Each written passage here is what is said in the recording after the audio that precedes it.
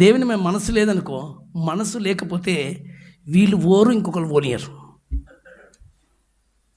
వీళ్ళు పోరు, ఇంకొకరు పోనీయరు. వాళ్ళ ముందు ఈ శరీరం కూడా ముందుకు నడవదు, ఆలోచన కూడా నడవదు. అదే మనసు పెట్టి చూడు, అప్పుడు ఏది అడ్డం రాదు. ఏది మనసుతో ఆరాధిస్తుంటే వాళ్ళకు ఈ లోకము పట్టించుకోరు, ఏది పట్టించుకోరు. నేను ఉద్యోగం చేస్తున్న రోజుల్లో ఆయన అడిగేవాడు మా సార్, ఊకే ఏమైనా డుమ్మలు కొట్టి చర్చిలు అంటావు, ప్రార్థనలు అంటావు, ఏమో అంటావు, తిరుగుతూ ఉంటావు. నీకు పని అవసరం లేదా? నీకు భార్య పిల్లలు లేదా? నీకు పెళ్ళి కానప్పుడు ఒక రకం అంటావు, నీకు పెళ్ళి వద్దా? నీకు కుటుంబం వద్దా? ఏకాకి ఉన్నామని అట్లా చేస్తుంది. పెళ్ళి అయిపోయినాక కూడా అదే పరిస్థితి. పరుగులే పరుగులు, డుమ్మలు కొట్టాలి, 4 రోజులు డుమ్మలు కొట్టాలి, 4 రోజులు కొట్టాలి. ఏమనంటే ప్రార్థన. మీకేం పని లేదా అనంటే మనసు పని మీద లేదు. ఎవరి మీద ఉంది? దేవుడి మీద ఉంది. ఆ మనసును దేవుడు చూస్తాడు. స్తోత్రం కలుగును గాక. ఆమేన్. నాతో పాటు ఇంకిద్దరు ముగ్గురు ఉంటుండే, వాళ్ళు కూడా క్రైస్తవులే. నువ్వు ఒక్కడే భక్తుడు, వీళ్ళు గారా? వాళ్ళు భక్తులు గారా? వాళ్ళు గారా? వాళ్ళ ఊర చర్చకు నీకు ఒక్కడికే ఉన్నాడు దేవుడు అని అంటుండే. అందరికి ఉంటుండే. అవును, మరి అందరికంటే ప్రత్యేకంగా నాకే ఉన్నాడు. స్తోత్రం. ఎందుకంటే అందరిలో ప్రేమించే వ్యక్తి ఎవరు అని చెప్పి దేవుడు చూస్తాడు. స్తోత్రం కలుగును గాక. ఆమేన్. ఇప్పుడు ఆ ప్రేమించే గుంపులో ఉందామా, లేకపోతే మనసు లేని గుంపులో ఉందామా? గట్టి చెప్పాలి. ఏ గుంపులో? నీ ప్రేమ బయట వెళ్ళడానికే దేవుడు కావాల్సుకొని నీకు కొన్ని ఒత్తిడి తెస్తాడంట. ఏమిస్తాడు? నిన్ను పరీక్షించడానికి. అంతవరకు లేని ఒత్తిడి అప్పుడే వస్తుంది, అంతవరకు రాని సమస్య అప్పుడే వస్తుంది. ఆ టైంలో నీ ప్రేమ బయటపడుతుందంట. ఇప్పుడు ఆ సమస్య వైపు చూస్తావా, లేకపోతే నా మీద నీకున్న ప్రేమను బట్టి ఆ సమస్యతో పోరాడి ముందుకు సాగుతావా? దీన్నే యేసుప్రభు మాటలు చెప్పిండు. తన సిలువను ఎత్తుకొని నన్ను వెంబడించాలంట. ఏది ఎత్తుకొని? కష్టమే. కష్టాలను ఎత్తుకొని వెంబడించాలి. కష్టం లేకుండా వెంబడించడం కష్టం. సిలువ ఉండాలి జీవితంలో. ఏముండాలి? సిలువ ఉండాలంటే చెప్పి సిలువను ఎత్తి మీద పెట్టుకోవద్దు, సిలువ ఇంటి మీద పెట్టుకోవద్దు. సిలువను మోస్తూ, సిలువ అనగా మనకు చిన్న చిన్న కష్టాలు, చెప్పండి, చిన్న చిన్న ఇబ్బందులు, కష్టాలు, ఇబ్బందులు, నిందలు, అవమానాలు, భారం, వేదన, వీటన్నిటినీ భరిస్తూ వీటన్నిటితోనే మనం వేసే వెంబడి వెళ్ళిపోవాలి. ఎవరు కూడా నాకు వద్దు ప్రభు కష్టాలు అన్నామనుకో, తన సిలువను ఎత్తుకుని వాడే ధన్యుడు. ఏముండాలి? సియోను కొరకే అంకితం చేసింది కృపా, సియోను రాజుగా ఈ కృప.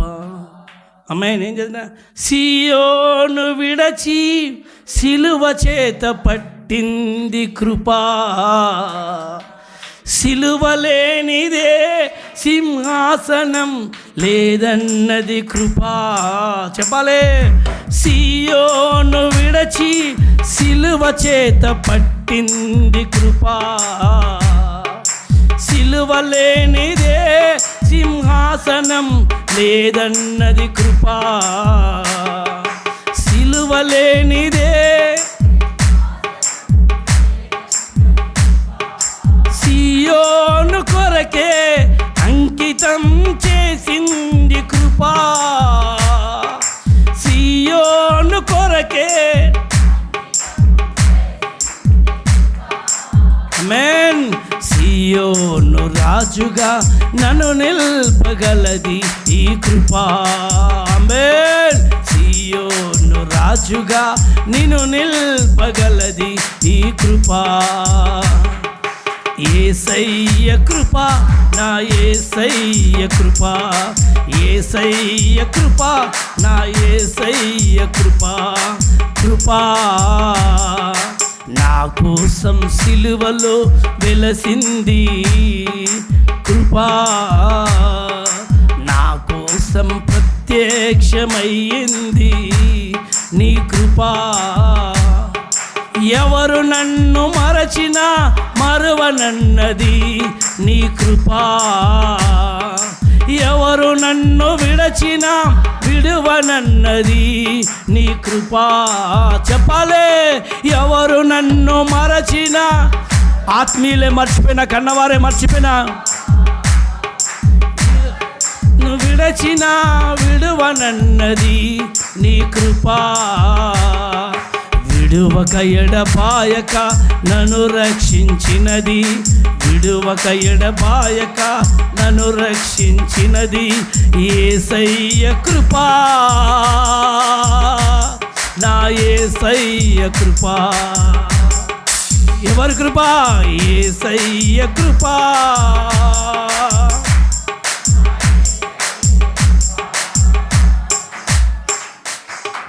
తల్లి గర్భము నుండి ప్రత్యేకించినది ఈ కృపా. పేరు పెట్టి నన్ను పిలచింది ఈ కృపా. ఎక్కడండి? దేవునికి కావాలి నువ్వు అని చెప్పి ఒక ప్రత్యేకించబడ్డ బిడ్డవు. అందుకే దేవుడు నిన్ను ఈరోజు నువ్వు ఆయన దగ్గరికి వచ్చి నిలబడతావు, నువ్వు కూర్చోగలుగుతున్నావు అంటే నిన్ను దేవుడు ఈ ముందుగానే, జగత్తుత్పత్తికి ముందుగానే దేవుడు ఏర్పరచుకున్నాడు, కోరుకున్నాడు. స్తోత్రం కలుగును గాక.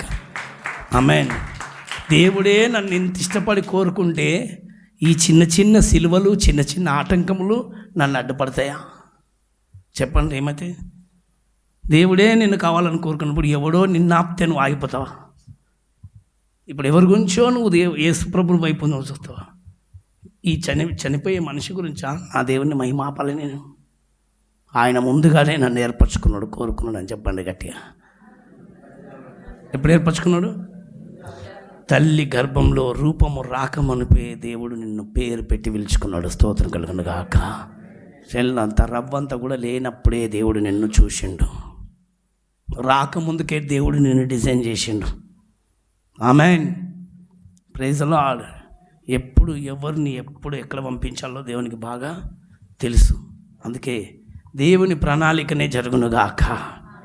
సొంత ఆలోచన, సొంత నడవడిక, సొంత తలంపులు ఏసునామములో క్యాన్సల్ అయిపోనుగాక. ఆమేన్.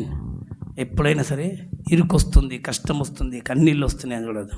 ఒకటే చెప్పాలి, ప్రభు వైపు చూడడం. ఎవరి వైపు? గట్టి చెప్పాలి, స్పష్టంగా చెప్తున్నాడు. మనం చదివిన కీర్తనలో ఒక చక్కటి మాట ఉంటుంది. 3 మాటలు ఉన్నాయి. ఎన్ని మాటలు? 3 మాటలు. అవి శ్రేష్టమైన మాటలు. పరిశుద్ధాత్మదేవుడు వాటిని మహిమతో అలంకరించి ఇచ్చిన మనకు. 133వ కీర్తన, సహోదరులు ఐక్యత కలిగి నివసించుట ఎంత మేలు.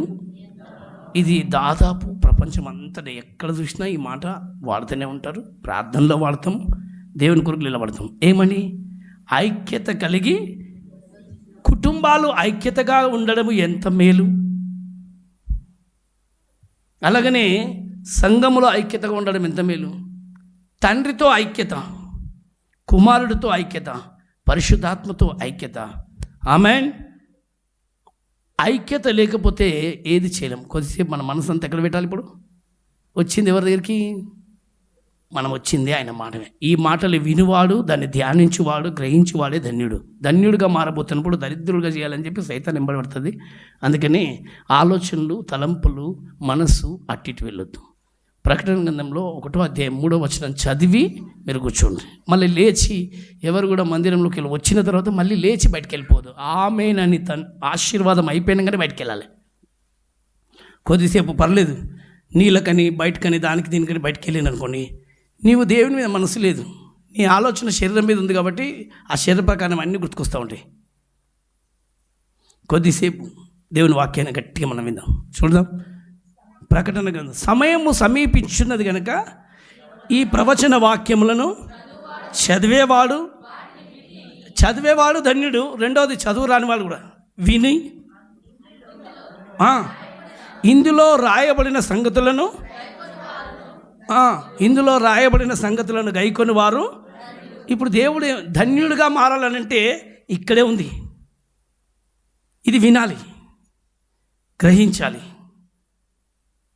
అప్పుడే ధన్యుడిగా మారుతాం.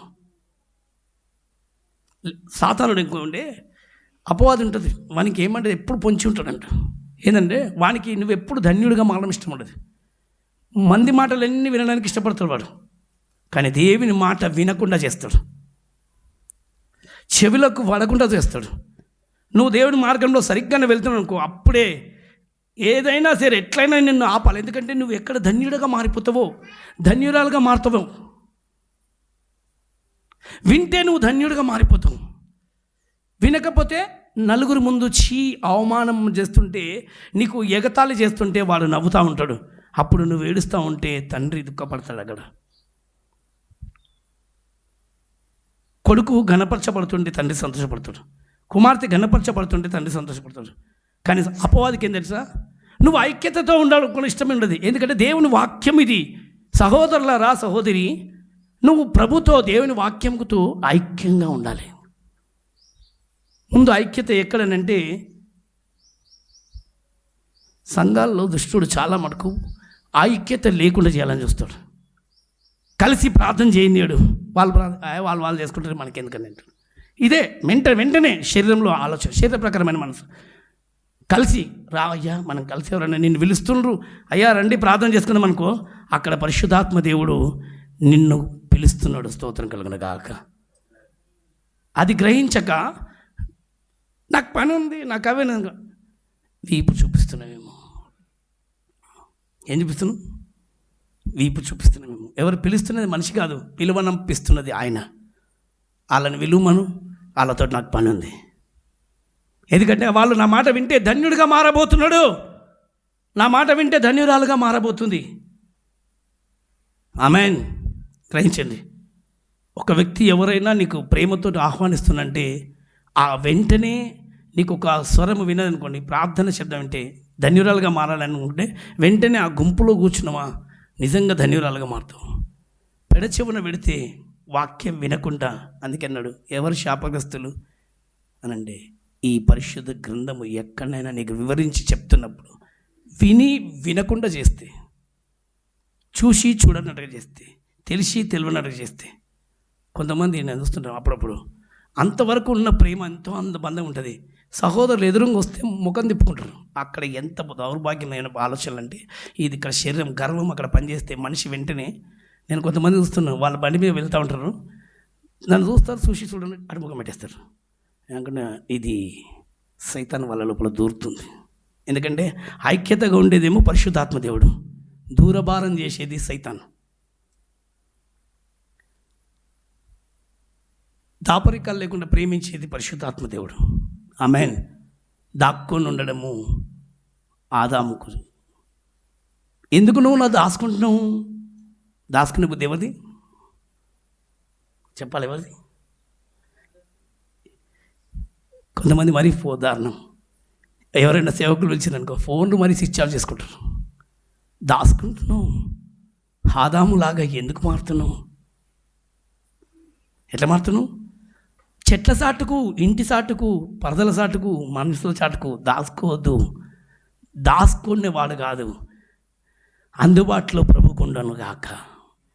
మనుషులకు దేవునికి అందుబాటులో ఉండాలి. నువ్వు ఎవరికి చెప్తలేదు గట్టిగా, మనుషులకు దేవునికి అందుబాటులో ఉంటేనే నువ్వు మనుషులకే దూరంగా ఐక్యత లేని జీవితంలో ఉంటే దేవుడితో ఎలా ఐక్యత ఉంటావు? దాసుకోకు, ఆదాంలాగా మారకు. ఎట్లా మారదు చెప్పాలి గట్టిగా. ఆదాంలాగా మారితే, ఆదామా ఎక్కడున్నావు? అయ్యా నేను చెట్ల కింద ఉన్నయ్యా, దాసుకున్నా. ఎందుకు? వస్త్రాలు లేవు. ఈరోజు నీవు రక్షణ వస్త్రం వేసుకున్నావు, మరలా ఎందుకు తీసేస్తావు? రక్షణ వస్త్రమును ధరించినావు. ఏ వస్త్రము? రక్షణ వస్త్రము దేవుడు నీ మీద కప్పిండు. మహిమ వస్త్రంతో ఆ రోజు ఆదాం మీద కప్పితే వస్త్రాలు లేవు ప్రభు అని అన్నాడు. ఈరోజు రక్షణ వస్త్రం నీ మీద వేయబడితే ఆ వస్త్రం లేదు ప్రభు అని చెప్పి నువ్వు ఇంట్లో కూర్చుండి లేనని చెప్పించుకుంటావు చూడు, అక్కడే నీకు ఆదాము అక్కడ లేడు, ఇక్కడ ఉన్నాడు. తప్పించుకునే బుద్ధి కాదు అది, దేవుడికి దూరం అయిపోయే బుద్ధి. వస్త్రాలు తీసేసిన ప్రభువా. ఏ వస్త్రాలు? లేవు అని అన్నాడు. ఎవరు చెప్పిండు నీకు వస్త్రాలు లేవు? నాకు అనిపించింది అంతకుముందు బాగానే ఉండే కదా, మరి ఇప్పుడు లేవు. వస్త్రాలు తీయబడిన వాడు దాచుకుంటాడంట. ఎవరు? ఇది గ్రహించిన వాళ్ళు ధన్యులు, స్తోత్రం కలుగును గాక. అందుకని ఈ ప్రవచన వాక్యంలో ధ్యానించేవాడు, గ్రహించేవాడు ధన్యుడు. ఎందుకు నీకు ఒక వ్యక్తి ఆత్మీయ సేవకుడు ఎప్పుడైనా మీకు ఫోన్ చేసిందనుకో, రిపీట్ చేయకుండా మళ్ళీ వెంటనే నువ్వు దాచుకుంటున్నావు బిడ్డ. దాచుకునేది మనిషితో కాదు, నువ్వు జీవం గల దేవుని, పరిశుద్ధాత్మ దేవుడు నిన్ను వాడుకోవడానికి పిలుస్తున్నాడు. ఐక్యత కొరకు నిన్ను పిలుస్తుంటే దాపరికాల్లోకి వస్తున్నావు. ఎక్కడ వస్తున్నావు? దాచుకుంటున్నావు. ఆమేన్. ఎంతమంది ఇంకా అలాంటి వస్త్రము, రక్షణ వస్త్రమును తీసివేసి చెట్ల కింద ఉన్నారా, ఇండ్లలో ఉన్నారా, ముసుగులలో ఉంటుండ్రా, ఇంకెక్కడ ఉంటుండ్రు? నిజంగానే ఫోన్లు ఖరాబ్ అయినా అంటారు. అది నిజంగానే అవుతుంది. నీ నోరుని చెడగొడుతుందని. కొంతమంది తినలేని అంటారు, నిజంగానే తినకూడబోతారు. ఏ అబద్ధం అయితే నువ్వు చెప్పి దేవునికి దాచుకొని ఉంటావో అది నిజం నువ్వే చేస్తావు. కొంతమంది బాగలేదు అని చెప్తారు, చాలా బాగుంటారు. నిజమే, నీ నోరు పలికింది కదా. ఆత్మకు వ్యతిరేకంగా మాట్లాడుతున్న అబద్ధాన్ని బట్టి హననీయ, సఫీరా వాళ్ళు పలికిన చిన్న అబద్ధం పరిశుద్ధాత్మతో వెంటనే మరణం తెచ్చుకుంటారు. ఎంతమంది తెలుసు? ఏం తెచ్చుకోరు? వాళ్ళు అనుకుంటారు పేతురుతో అబద్ధం చెప్తలేరు. వాళ్ళు ఎంత కమ్మినావు నీ పొలము అని అంటే, అమ్ముతే పేతురేమని గుంజుకుంటాడా? వాళ్ళు ఆల్రెడీ భార్యను, పిల్లలను, కుటుంబాన్ని అన్నీ వదిలిపెట్టి దేవుని సేవ చేస్తుంటే ఏడెత్తుకపోతాడో ఏమో అని చెప్పి, నేను ఇంతకు కాదు కదా, చారణకేం రూపాయి అమ్మితే చారణకేమని అని చెప్పిండు. ఎందుకు దేవుని ఆత్మ వింటలేడన్నట్టుగా నువ్వు మాట్లాడుతున్నావు? నువ్వు మాట్లాడిన అబద్ధము కారణంగా మరణాన్ని తెచ్చుకుంటున్నావు బిడ్డ అని అంటే అక్కడికక్కడే పడి తెచ్చిండు. తిరిగి అలా భార్య అనుకుంటుంది. ఎవరు? ఆయన మోసుకొని పోయిండ్రంట. మోసుకొని వెళ్ళిపోయి వాళ్ళు ఈ గడప నుంచి వెళ్ళిపోతుంటే ఇక్కడికి వెళ్ళి వచ్చిందంట. అయ్యగారు వందనాలు అయ్యా అని చెప్పొచ్చింది. అమ్మ చెప్పమ్మా అని అంటే, ఏడమ్మా నీ భర్త అనంటే, నా భర్త పొలం పోయిండయ్యా అన్నదంట. లేడయ్యా. అమ్మా, ఎందుకు మీరు పరిశుద్ధాత్మతో అబద్ధం మాట్లాడడం నేర్చుకుంటారు? ఇప్పుడే నీ భర్త చనిపోయిండు, కాళ్ళు ఆయన శవాన్ని మోసుకపోయిన వాళ్ళ పాదాలు ఇంకా ఇక్కడే ఉన్నాయి, తీసుకొని పోతుండ్రు అంటే, లేదయ్యా. ఏమడిగిన నీ భర్తకు ఒకటి మాట అడిగినా, పొలం ఎంత కమ్మినావు అని అడిగినా, కనీసం ఆయన నువ్వన్నా నిజం చెప్తావానంటే ఆమె కూడా అదే అబద్ధం. ఐక్యత లేదు అక్కడ. ఏం లేదు చెప్పాలి, ఏం లేదు. వెంటనే నీ భర్తను మోసుకుపోయిన వాదాలు ఇక్కడే ఉన్నాయి, నిన్ను కూడా మోసుకోవడానికి సిద్ధంగా ఉన్నాయి. అందుకనే ఇక నువ్వు కూడా మాట్లాడుతూనే ఉంటే పోయింది. సఫీరా కూడా పోయింది, ఆమెను కూడా మోసుకొని వెళ్ళిపోయింది. పరిశుద్ధాత్మ దేవునితో జాగ్రత్త. ఎవరితోటి? సహోదరుల, సహోదరి. నీకు ఏం లేకపోయినా పర్లేదు, కానీ ఐక్యతగా ఉండడం చాలా మంచిది. చెప్పండి ఎవరితోటి? నువ్వు కోల్పోయేది ప్రార్థన జీవితం కాదు. మూతి ఎందుకు ఇట్లా పెట్టుకోసం? మూతి ఎట్లా పెట్టుకోవద్దు. నీకు మూతి మంచిగా ఇచ్చింది కదా దేవుడు. నేను చాలాసార్లు చూసిన. ఇంకొకసారి ఇట్లా పెట్టినాను, కొలిలో పెడతాను. స్తోత్రం కలుగును గాక. ఆమేన్. చేతులు ఎత్తి ఒకసారి గట్టి చెప్పాలి. అందమైన ముఖాలు ఉన్నాయి, మాడు ముఖాలు పెట్టుకోవద్దు. ఏం పెట్టవద్దు? స్తోత్రం కలుగును గాక. కొంతమంది మాడిపోయినట్టుగా పెట్టేస్తారు, అది కరెక్ట్ కాదు. దేవునికి చూస్తున్నాడు. ఎవరు చూస్తున్నారు? నువ్వు మనుషుల దగ్గర వింటున్నాను అనుకోదు. ఈ ప్రవచన వాక్యములు వినువాడు ఏం చేయదు? వినువాడు, చదువువాడు, వాటిని విని గ్రహించువాడు. నువ్వు ధన్యుడిగా మారబోతున్నావు. నీకు ఒక ధన్యమైన కార్యములు దేవుడు చేయబోతున్నాడు. స్తోత్రం కలుగును గాక. ఆమేన్. అలాగా దేవుడు నిన్ను ఒక సుందరమైన ధన్య రూపంగా మారుస్తుంటే, అందమైన కుండ చేస్తున్నప్పుడు అందులో చిన్న ఒక రాయి వచ్చిందనుకో, ఏమవుతుంది? మీరు చూసినారు ఎప్పుడన్నా? మట్టి కుండ ఇంతనే జిగట మట్టిని తీసుకొని అందమైన కుండ చేసేటప్పుడు ఒక్క రాయి కనుక దానికి వచ్చిందనుకో, వెంటనే బొడుసు వస్తుంది. దానికి ఏమొస్తుంది? కుండకు చూసినరా, మనం రాస్తుంటే ఇప్పుడు ఇది స్టీల్ అయిపోయినాయి, తిండి అయిపోయినాయి కాబట్టి ఇవన్నీ కలుపుతారు. కానీ అప్పుడైతే కుండలే. ఆ కుండ కడిగేటప్పుడు అప్పుడప్పుడు ఏమొస్తుంది, రాయి వచ్చింది అనుకో, ఎట్లుంటుంది, దాన్ని వెళ్ళకొడితే మొత్తమే పగిలిపోతుంది. అలాగా ఒక రాయిలాగా నీ జీవితంలో పనికిరాంది ఏదో లోపలికి వెళ్ళి బయటికి రాకూడదు. చిన్న రాయి అందమైన డిజైన్ ఖరాబ్ అయిపోతుంది. అందమైన రూపును దేవుడు చేయాలనుకుంటున్నాడు. అందుకే నేను శిల్పి చేతిలో అనుక్షణము, ఇది నిన్ను నీవు దేవుని చేతికి అప్పగించుకో. ప్రభువా, నీకు ఇష్టమైన డిజైన్ నాకు చేయి ప్రభు.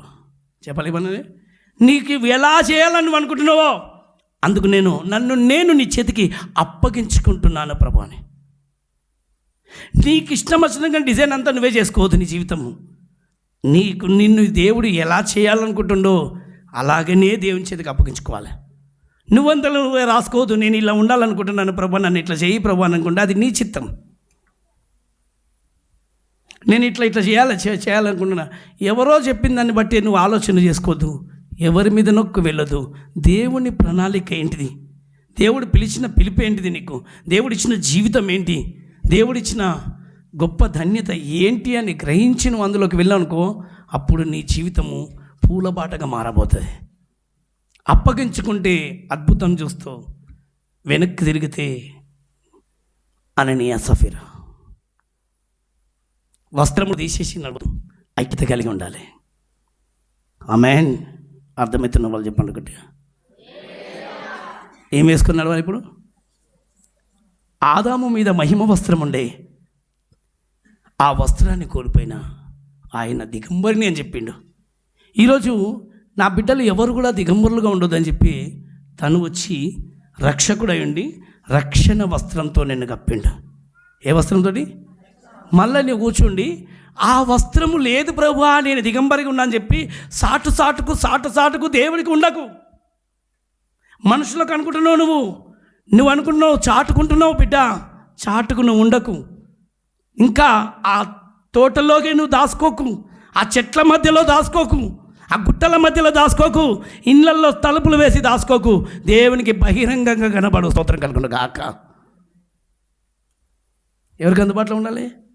దేవుడికి, మనుషులకు. నువ్వు అందుబాటులో ఉండు. ఎందుకంటే నువ్వు అందుబాటులో ఉంటే కొంతమంది జనముల దగ్గరికి దేవుడు నేను పంపబోతున్నాడు. ఎవరి దగ్గరికి? మరి నీకేదో పని దేవుడు అప్పగించబోతున్నాడు. ఏ పని దేవుడు నీకు ఇవ్వాలని దేవుడు నిన్ను పిలుస్తున్నాడో, మరి ఎందుకు దేవుని బిడ్డ ఆయన పని కొరకు నువ్వు ఆలస్యం చేస్తావు? విను, దేవుడు అప్పగించిన పనిని జాగ్రత్తగా విను. ప్రార్థనలో దాసుకోకు, ఆరాధనలో దాసుకోకు, వాక్యంలో దాసుకోకు. అలాగనే చేయవలసిన పనిలో దేవుని విషయంలో ముందడుగు వేయాలి.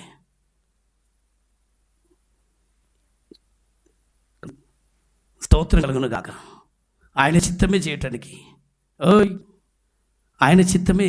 సాతానుతో చెప్పాలి, ఏయ్ నన్ను డిస్టర్బ్ చేయకు. చెప్పండి సరే. సాతాను పని ఏంటి? చూడు, నీకేం పనికి లేదు, నువ్వెవ్వరికి పనికిరావు అని అపవాది నీతో చెప్తున్నాడంటే నువ్వే దేవునికి పనికి రాబోతున్నావు. నువ్వే దేవునికి విలువైన వ్యక్తిగా మారబోతున్నావు. ఆమేన్. దేవుడు ఒక వ్యక్తిని ఎన్నుకున్నప్పుడు సాతానులు వచ్చి గలిబిలి పెడతాడంట. మెల్లగా వచ్చి దుష్టుడు ఆలోచన చెప్పున నడవకుండా అన్నాడు. ఏ ఆలోచన? దుష్టుడు ఇచ్చే ఆలోచన ఇస్తుందా?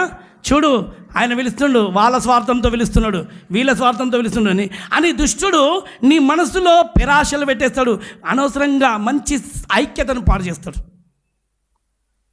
అది సేవకులైనా సరే, అది విశ్వాసులైనా సరే, ఎక్కడైనా సరే, ఏ సంఘమైనా సరే.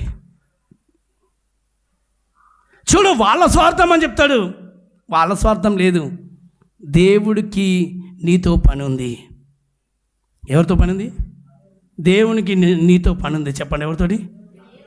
ఒక వ్యక్తి గురించి నువ్వు వాడబడుతున్నావు అని అంటే, ఒక్క మనిషి గురించి నువ్వు వాడబడుతున్నావా, 10 మంది గురించి వాడబడుతున్నావా, 10 మందికి ఒక సహాయకరంగా నిలబడవంటే అది దేవుడు నీకు ఇచ్చిన వరము. దేవునికి స్తోత్రం కలుగును గాక. ఆ వరాన్ని నువ్వు గర్వించి పొడగొట్టుకోవద్దు. దేవుడు నీకు ఇస్తున్న ప్రేమ ఇతరుల వ్యక్తి మీద ఒక చిన్న పని చేయడానికి ఎవరైనా నేను పిలుస్తున్నానంటే అది దేవుడు నీకు ఇచ్చిన పని, దాన్ని నువ్వు అనాలోచనతో సాతాను ఇచ్చే ఆలోచన కదా చూడు, వాళ్ళ గురించి దేవుడు నిన్ను వాడుకుంటుండ్రు. కరిగిపోవాలి. స్తోత్రం కలుగును గాక. ఏమైపోవాలి? క్రొవ్వొత్తిలాగా జీవితాన్ని వెలిగించి చివరి వరకు క్రొవ్వొత్తి ఎలా కరుగుతుందో ఒక వెలుగును దేవుడు నీ లోపల పెట్టిండు. స్తోత్రం కలుగును గాక.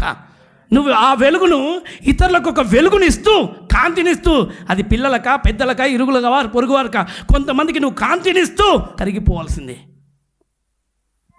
అంతేగాని ఆ వెలుగుతున్న దివిటి మీద అపవాదం ఏం చేస్తాడు సార్? మూత పెడతాడంట. చెప్పాలి, ఏం పెడతాడు? మూత పెట్టేసరికి దాక్కుంటుంది. వెలుగు ఏమైంది? వెలుగు బుట్ట కిందికి వెళ్ళిపోయింది. ఎక్కడైంది చెప్పాలి? దేని కింద? బుట్ట కిందికో, గంప కిందికో, లేకపోతే ఏదో డబ్బ కిందికో వెళ్ళిపోయింది. మూసేసిన అపవాది. ఎందుకంటే నీ వెలుగు ఇతరుల మీద పడవద్దు, నీ కాంతి ఇతరులకు పనికి రాకూడదని, నువ్వెవరికి పనికి రాకూడదని చెప్పి సాతాను ప్రయత్నిస్తుంటే ఆయన అంటాడు, నేను కోరుకున్న పాత్రను ఎవడు ముయ్యలేడు. స్తోత్రం కలుగును గాక. హల్లెలూయా. అందుకే నేను దేవుని బిడ్డ ఈరోజు నుంచి పరిశుద్ధాత్మతో ఐక్యత. ఎవరితోటి? నువ్వు అలా జీవిస్తే నీకు తెలియకుండానే ఆ 2వ వచనంలో చూడండి, అది ఎంత మేలు. అమ్మ, ఎవరికి మేలు ఇది? ఎవరికి? నువ్వు ఐక్యతతో జీవిస్తే నీకే మేలు. ఎవరికి మేలు? అదే ఎంత మేలు అని అన్నాడు. చాలా చిన్న మాట అనేది. అది ఎంత మేలు. మామూలుగా చెప్పుకోండి, అందరు చదవండి. 133వ కీర్తన 2వ వచనంలో అది ఇంత సింపుల్గా చదవకండి. అది ఎంత మేలు. ఏది? ఐక్యతతో ఉంటే ఎంత మేలు. ఎందుకు దేవుడు నీ జీవితంలో మేలు చేసే కార్యములు దేవుడు చేయాలి మొదలు పెడుతున్నప్పుడు ఆ మేలు ఆపుకోకూడదు.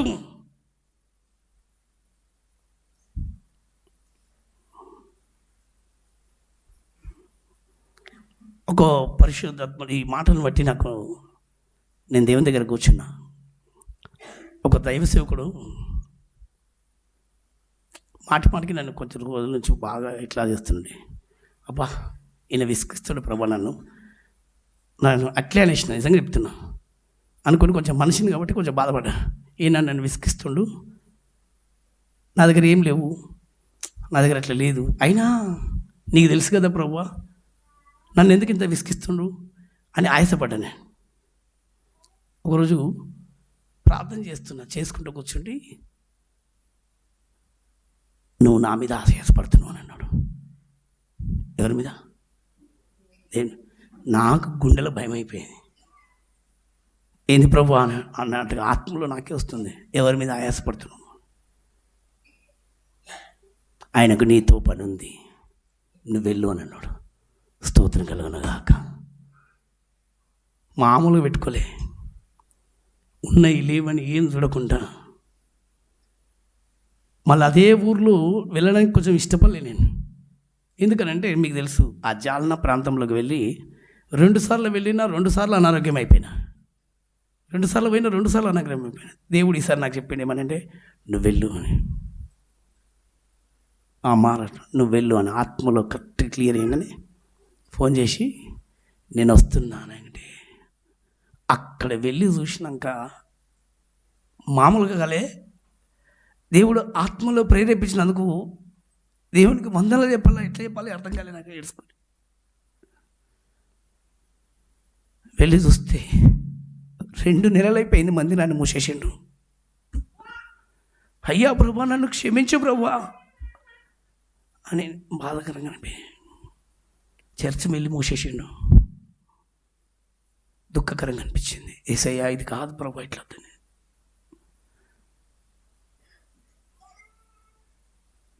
మందిరాన్ని మూసి ఆయన ఇంట్లో కూర్చున్నాడు. దేవుని ఆత్మ నాతో మాట్లాడుతున్నాడు, నువ్వు వెళ్ళు. నిలబడి ఉన్నాను. వస్తున్న మొదలుపెట్టి నేను అందరికీ చెప్పాలన్నప్పుడు అందరిని పిలిచిండు.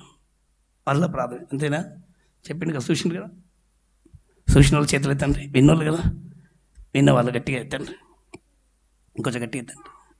జాలనా ప్రాంతంలో ఆయన మోహన్ బ్రదర్ వెళ్ళి మందిరాన్ని మూసేసి ఇంట్లో కూర్చున్నాడు.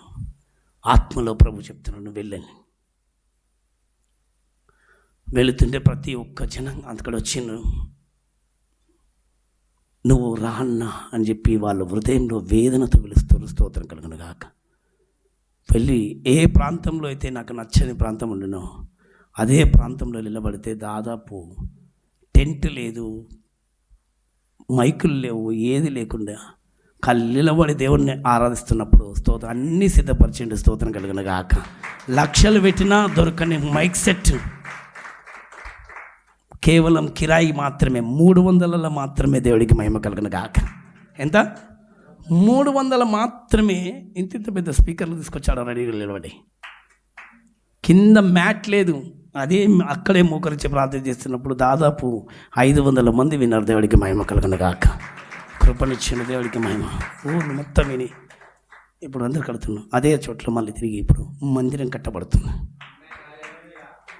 ఆత్మలో ఐక్యత కలిగి అప్పుడు చెప్పిండు ఆయన, ఏమన్నా నువ్వు రాబా అని. ఇప్పుడు ఆయన, నువ్వు వస్తే నాకు కొంచెం ధైర్యంగా ఉంటుంది అని. ఒక మనిషికి మనిషి అండ. అప్పుడు చెప్పినాను, నేనున్నన్ని రోజులు ఖచ్చితంగా ఇక్కడికి వస్తూనే ఉంటా. స్తోత్రం కలుగును గాక. ఆమేన్. ప్రాంతంలో ఖచ్చితంగా వస్తామని మరలా మొదలుపెట్టినాము. మూలరాయి వేసి వచ్చినాము. ఎక్కడనైతే అక్కడ మామూలుగా లేదు, సర్పాలు వచ్చి కూర్చున్నాయి. 2 పాములు. ఆ ప్రాంతం అంతా భయంకర పాముల పుట్ట. దేవుడికి మహిమ. వాటిని దేవుడు తరిమి కొట్టి అక్కడే దేవుని మందిరం కట్టబడుతుంది. దేవుడికి మహిమ కలుగును గాక. మొదలైపోయింది. ఇప్పుడు స్టార్ట్ అయిపోయింది. మూలరాయి కూడా వేయడం అయిపోయింది. నిన్న దినం స్టార్ట్ అయిపోయింది. వర్క్ కూడా అయిపోయింది. దేవుడికి స్టార్ట్ మొదలైంది. ఆమేన్. కేవలం అక్కడ వెళ్ళి నది చేయలేదు.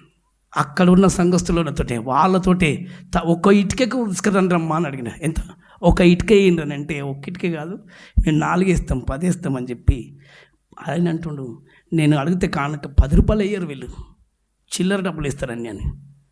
దేవుడు ఆత్మలో నిలబెట్టినప్పుడు అక్కడ నిలబెడితే 12,000 రూపాయలు దేవుడు ఇచ్చిండు. స్తోత్రం కలుగును గాక. వెంటనే సిద్ధపరిచిన ఆయనకు, అయినా ఇది మీ తరపు నుంచి, మన తరపు నుంచి కూడా ఖచ్చితంగా మేము పంపిస్తాము. దేవుడు కృపనిస్తాడు. ఆమేన్. కట్టబడతాయి.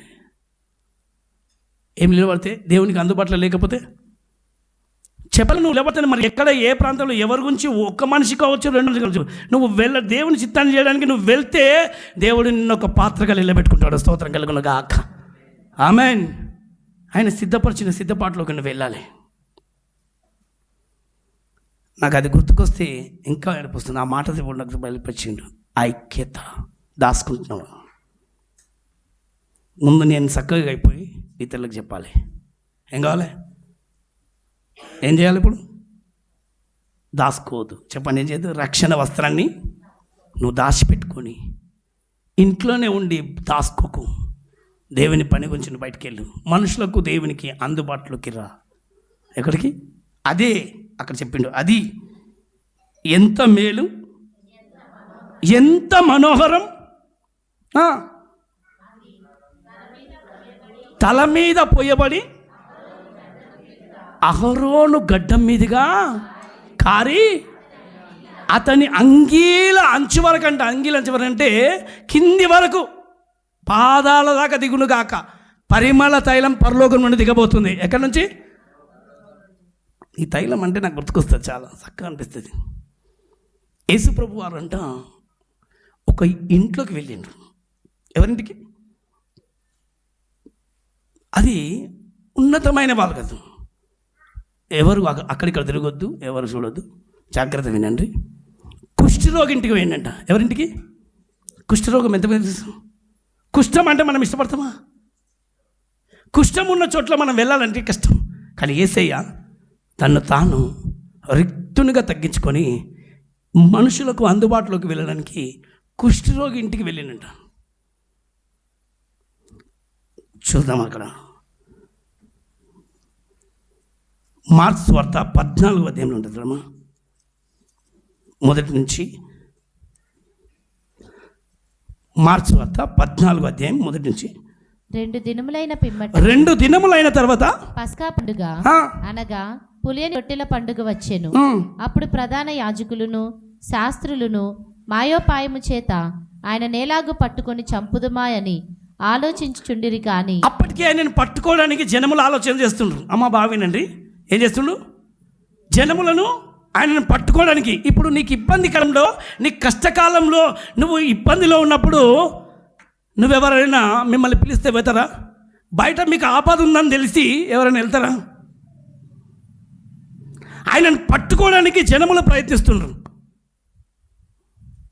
అయినప్పటికీ ఆమెన్ బావినండి, ఆయన ప్రేమ, ఆయనను పట్టుకోవాలని, ఎలా పట్టుకోవాలని జనములందరూ ఆలోచన చేస్తున్నారు. అప్పటికే ప్లాన్ జరుగుతుంది. ఆయనకు తెలుసు, తెలుసు. చేప కడుపులో షేకేలు పెట్టుకొని ఎక్కడుందో చూపించిన దేవుడు, బయట ఏం జరుగుతుందో, లోపల ఏం జరుగుతుందో అన్నీ తెలిసిన దేవుడు పోయి అన్నీ తెలుసు. తెలిసినప్పటికీ ఆయనను పట్టుకోవడానికి మనుషులు ప్లాన్ చేస్తుండ్రు.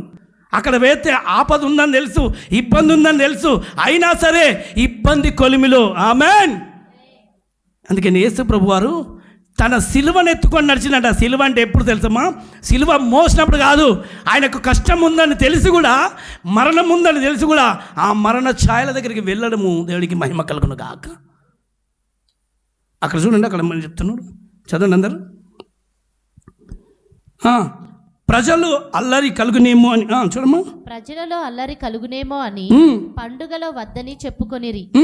ఆయన బేతనియలో కుష్ఠరోగి అయిన సీమోను ఇంట భోజనం నాకు కూర్చుని. ఎవరింట్లో కూర్చున్నాడు భోజనానికి? అందరు చెప్పాలి సరే. ఏం ఐక్యత ఇది అమ్మా! కోటీశ్వరి ఇంట్లో కూర్చోలే, రాజుల గృహంలో కూర్చోలే, ఐశ్వర్యుడి దగ్గర వెళ్ళి కూర్చోలే. ఆయన ఈరోజు ఉన్న వాళ్ళ దగ్గరికి పోలే, మంచి సహవాసం ఉన్న వాళ్ళ దగ్గరికి పోలే, సెంటు పుష్టం దగ్గరికి పోలే. పాపత్కుడు అని చెప్పి అందరు రోగం వచ్చిందని చెప్పి కుష్ఠం వచ్చి, కుష్ఠం అంటే భయంకరమైన శాపం ఉంది, పాపం ఉంది. అలాంటి పాపము దగ్గరికి ఆయన వెళ్ళి కూర్చుంటుండు. స్తోత్రం కలుగును గాక. ఎవరింటికి వెళ్ళిండు చెప్పాలి? కుష్ఠరోగి ఇంట్లోకి వెళ్ళి భోజనానికి వెళ్ళిండు. ఈరోజు మీరు వెళ్తారా? ఆ ఇంట్లో కష్టం ఉందంటే నేను ఎందుకు వెళ్ళాలి? ఆ ఇంట్లో బాధ ఉంటే నేను ఎందుకు వెళ్ళాలి? నీకు తెలిసిందా ఎవరి ఇంట్లో బాధ ఉంది? నేను ఎందుకు వెళ్ళాలి? నాకేం పని? కానీ అట్లా లేదు. సహోదరుల ఐక్యతతో ఉండు. నువ్వు ఎవరికైనా నీ ఇంట్లో పరిస్థితుల్లో బాగలేనంటే నువ్వు పక్కింటికే నువ్వు కాలు పెట్టలేని నీవు ఎలా ఐక్యత కూడా ఉన్నావు బిడ్డ?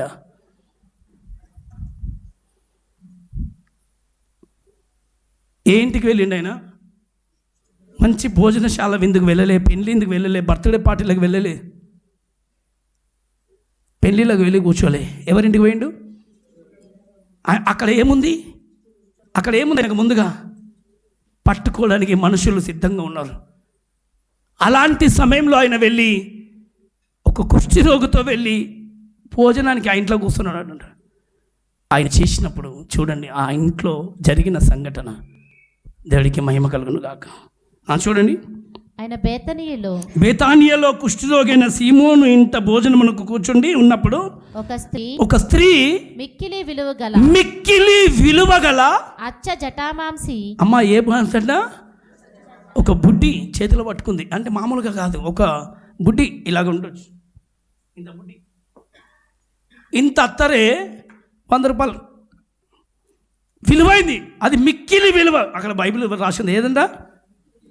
మిక్కిలి విలువ. ఈరోజు నీ విలువైన జీవితాన్ని దేవునికి ఇస్తున్నావా? నీ విలువైన దాన్ని దాచిపెట్టుకున్నావా? నీ దగ్గర అన్ని విలువైన దాని వస్తువులు ఉంటే కూడా ఎప్పుడైనా దేవుని పాదాల దగ్గరికి ఇచ్చినావు బిడ్డ? తల్లి, కుమారుడు, అందరు, అన్న, చెల్లి, తమ్ముడు అందరూ ఆలోచించండి. మిక్కిలి విలువైన చూడండి, జటామాంసి అత్తరు బుడ్డి తీసుకొని వచ్చి ఆ అత్తరు బుడ్డి పగలగొట్టి ఆ అత్తరు ఆయన తల మీద పోసి. చప్పట్లు కొట్టండి, స్తోత్రం కలిగిన గాక. ఎవరి మీద పోసింది? ఆయన. అందుకే అహరోను తల మీద నుండి కారిన పరిమళ తైలం ఇక్కడ యేసయ్య మీద వాళ్ళు కారుతుంది. స్తోత్రం కలిగిన గాక. ఎవరి తల మీద? యేసయ్య తల మీద. అసలు అహరోను తల మీద నూనె పోసినప్పుడు మనం చూడలే, కానీ యేసయ్య తల మీద అత్తరు పోసినప్పుడు ఆ అత్తరు అక్కడి నుండి అంగీల అంచు వరకు ఆయన పాదాల దాకా దిగుతుంది. స్తోత్రం కలుగును గాక. తల మీద పోసిందంట. ఆమేన్. చూడండి అక్కడ కింద.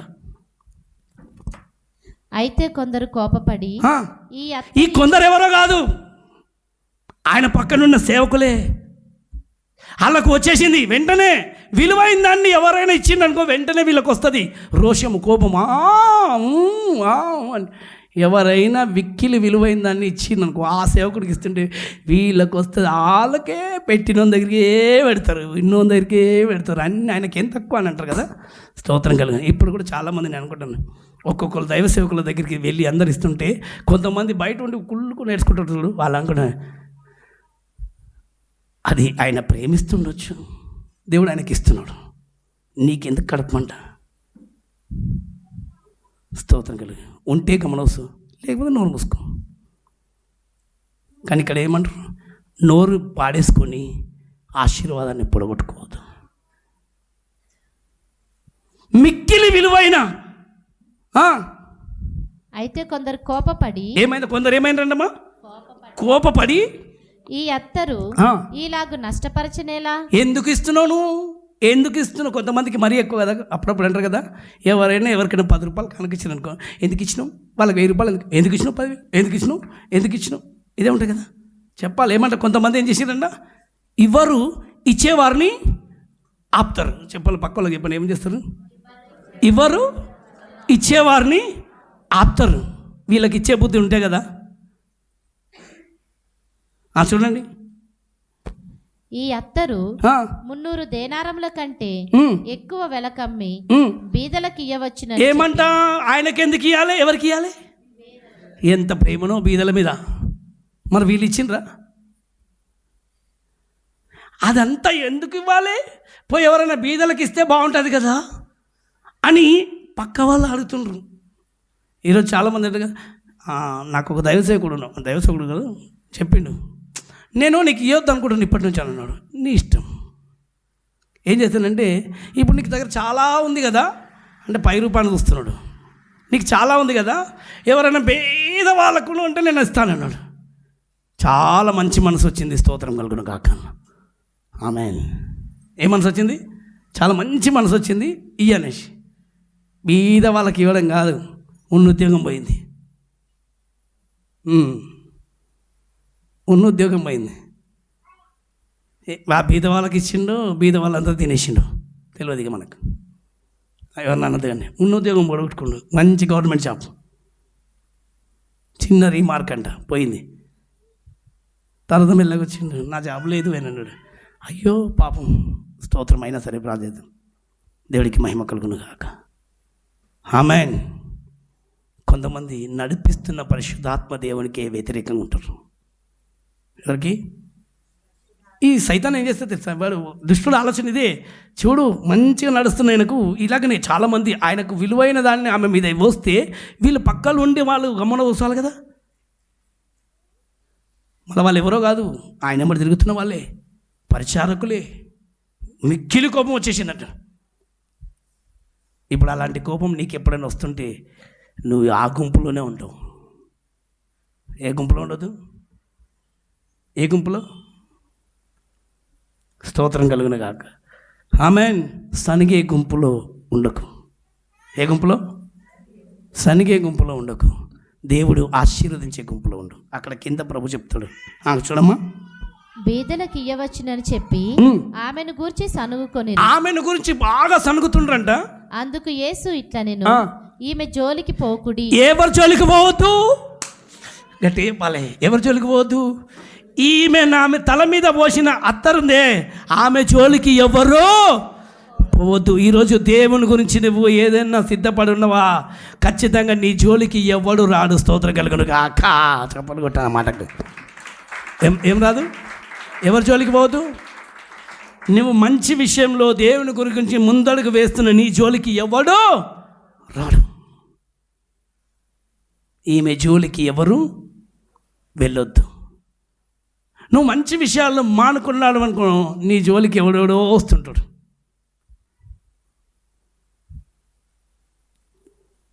ఆమె అందుకని ప్రభు విషయంలో ముందుకు ప్రార్థనల విషయంలో ఈ ఊకే ప్రార్థన ఎవరు నిన్ను ఆపుతున్నా ఎవరు ఆపోద్దు ఆమెను, ఎవరు ఆపోద్దు. అమ్మ ఏమంటాడు, ఎవరు ఆపోద్దు, ఏయ్ నోరు మూసుకుంటారు. ఆయన దేవుని కొరకు నిలబడుతున్నాడు, ఆపోద్దు. దేవుడికి మహిమ కలుగును గాక. ఆపే గుంపులో ఉన్నావా లేకపోతే నడిపించే గుంపులో ఉన్నావా? దేవుని పని గురించి ఎవరైనా ముందుకు సాగుతుంటే ప్రోత్సాహపరచు, వీలైతే ముందు నడిపించు, కానీ ఆపడానికి ప్రయత్నించకు. ఏం లేదు, ఆపడానికి నీ ఇంట్లో మొదటి బిడ్డను దేవునికి అప్పగించు. కొంతమంది పిల్లలు దేవునికి నిలబడతానంటాడు, నువ్వు ఆల్రెడీ ఆగిపోయినావు, నీ పిల్లలను కూడా ఆపేస్తావు. నీ పిల్లలన్నా ప్రోత్సాహపరచవా? ఎందుకు సాతాను బుద్ధి? కొడుకు వెళ్ళి పరిచర్య చేస్తా అంటే వద్దు, ఇంకా టైం కాలే, ఉండు. బిడ్డ వెళ్ళి పరిచయం నిలబడతా అని చెప్పినప్పుడు అదే మాట మీద ఉండని చెప్పాలి. ఎప్పుడైనా నోట్లకి వచ్చిందనుకో, నేను దేవుని గురించి నిలబడి అదే మాట మీద ఉండు, మళ్ళీ మాట వెనకకి తీసుకోవద్దని చెప్పాలి. చెప్పాలి ఏమనాలి, మాట తప్పొద్దు అని చెప్పాలి. ఏమనాలి, మాట తప్పకుండా అదే మాట మీద నిలబడి నేను సంతోషపెడతా అని అదే మాట కొరకు నువ్వు నిలబడినవా, స్తోత్రం కలుగునుగా. ప్రాణమే పోయినా తన సిలువను వెతుకొని వెంబడించేవాళ్ళే. ఆమెన్, హల్లెలూయా. ఆమె జోలికి వెళ్ళొద్దు. ఈమె జోలికి పోకుడి, ఈమెను ఎందుకు తొందర పెట్టుచున్నారు? ఆమెను ఎందుకు తొందర పెడుతున్నారు మీరు? ఈమె నా ఎడల మంచి కార్యము చేసి. చప్పట్లు కొట్టండి. ఏ కార్యం చేసిందంట? అందరు చెప్పాలి, ఏ కార్యం అది? మంచి కార్యం ఆమె చేసింది. మత్తయి సువార్త 26వ అధ్యాయంలో 6వ వచనం నుంచి చదువు. ఇంకా ఉంటుంది మత్తయి సువార్తలో ఉంటుంది కదా. యేసు బేతనియలో కుష్ఠరోగి అయిన సీమోను ఇంటనున్నప్పుడు ఒక స్త్రీ మిక్కిలి విలువగల అత్తరు బుడ్డి తీసుకొని, ఇది 4 సువార్తలలో చక్కగా రాసిపడింది. ఆయన యొద్దకు వచ్చి ఆయన భోజనంనకు కూర్చుండగా దానిని ఆయన తల మీద పోసెను. శిష్యులు చూచి కోపం. ఇక్కడ క్లియర్గా ఉంది, కొందరు అని ఇక్కడ రాసింది. ఇక్కడ ఏమంది అమ్మ చెప్పండి? ఇక్కడ క్లియర్గా ఉంది. ఎవరంట వీళ్ళు? ఇప్పటిదాకా చెప్పింది కదా. కొందరు అని అంటే మీరు అనుకోవచ్చు, పాపం అక్కడున్న విశ్వాసం, అక్కడున్న వాళ్ళు ఆ ఇంటోళ్ళు కాదు. ఎవరు వీళ్ళు? శిష్యులే. శిష్యులు చూచి కోపపడి, ఈ నష్టం ఎందుకు? ఈ నష్టము ఆమె విలువైందని చేస్తే వీళ్ళేమంటారు? నష్టపరిచినావు.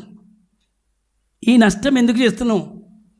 అప్పుడప్పుడు నా దగ్గర కూడా వచ్చి కొంతమంది చెప్తారు, అన్నా నేను అది ఏదైనా చేయాలనుకుంటున్న వాళ్ళకి చాలా సంతోషము. ఎందుకంటే అది నాకు ఏమని చెప్పి నేను అడిగిందంటే, నేను కూడా ఇస్కరియోతు కదా అయితే నాకొద్దు, నీ మంచి ఆలోచన వచ్చింది కాబట్టి చేసుకో, స్తోత్రం కలుగును గాక. నీకు దేవుడి విషయంలో నీకు మంచి ఆలోచన వచ్చింది, ఏయ్ నువ్వు దేవుని విషయంలో చేస్తే అది ఆయన దృష్టికి మంచిగా మారబోతుంది. ఆమెన్. చూడండి, దీనిని గొప్ప వెలకు అమ్మి బీదలకు ఇవ్వచ్చునే అనిరి. యేసు ఆ సంగతి తెలుసుకొని, ఈ స్త్రీ నా విషయమై ఒక మంచి కార్యము చేసేను. ఒక మంచి కార్యము చేసేను. క్లియర్గా రాసింది అలా. ఈమెను మీరేలా తొందర పెట్టుచున్నారు? ఈమెను మీరు ఎందుకు తొందర పెట్టుచున్నారు?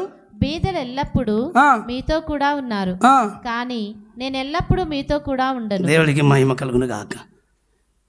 యోహాను సువార్త 11వ అధ్యాయం 2వ వచనంలో చదవమ్మా. 11వ అధ్యాయం 2 చూడు.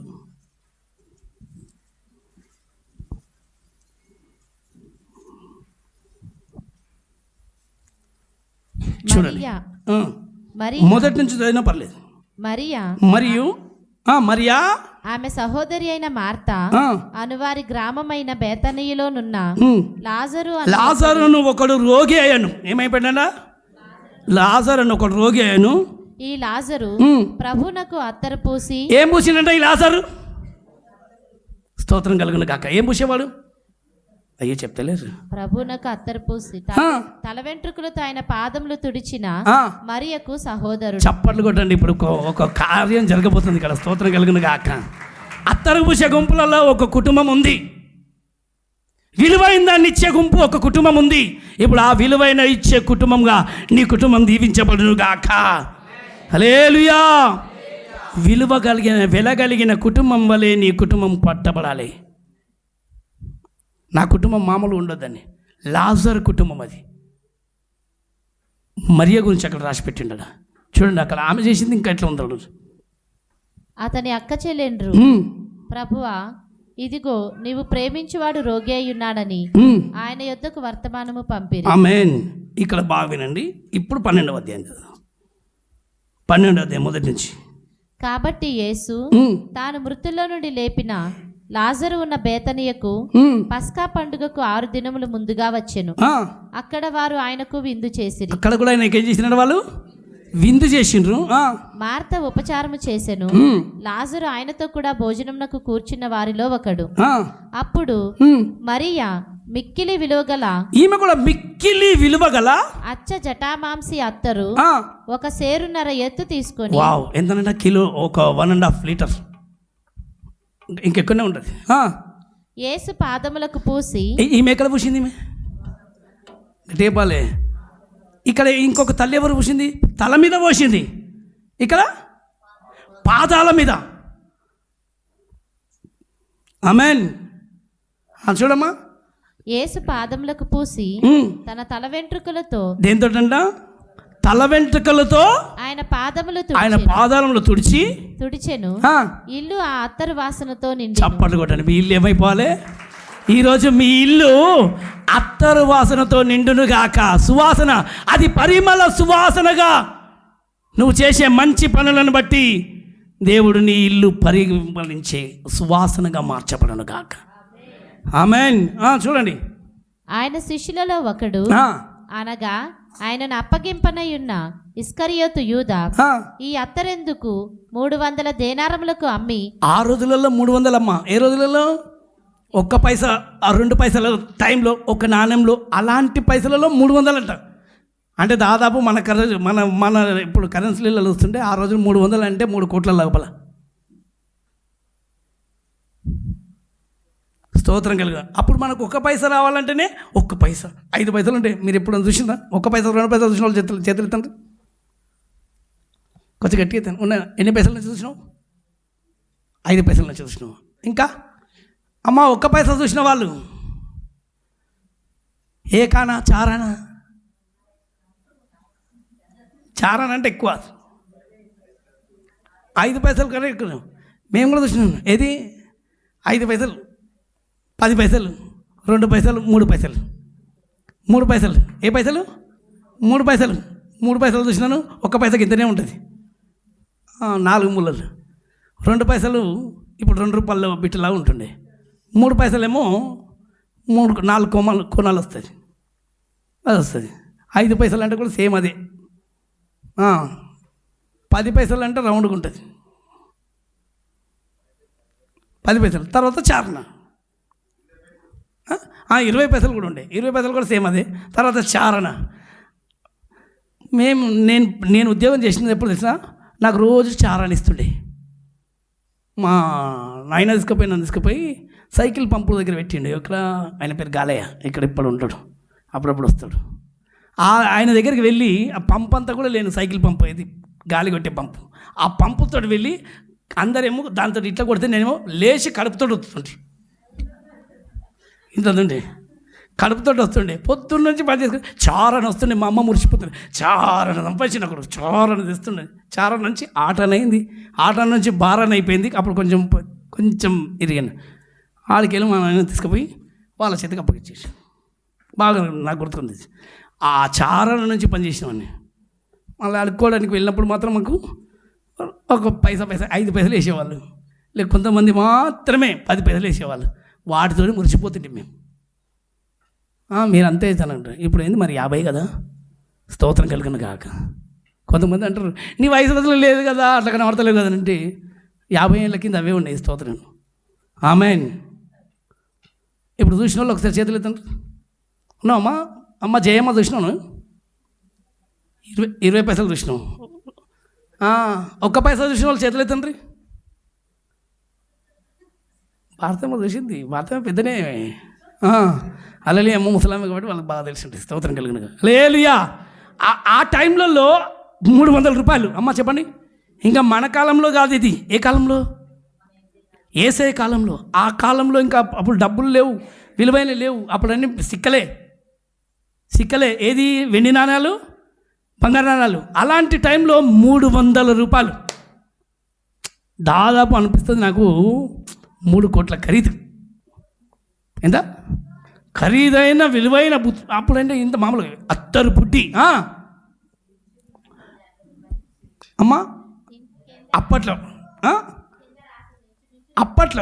ఎప్పట్లో మరి ఇప్పట్లో మాత్రం ఓహో ఇంచుమించు అప్పుడు 150 అంటే దాదాపు అదే 3 కోట్లు ఉండొచ్చు అనుకుంటాను నేను. చూడండి, నేను అనుకుంటున్నట్లు అని పూర్తిగా చెప్పాను. చూడండి, ఈ అత్తరెందుకు 300 దేనారములకు అమ్మి బీదలకు ఇయ్యలేదనెను.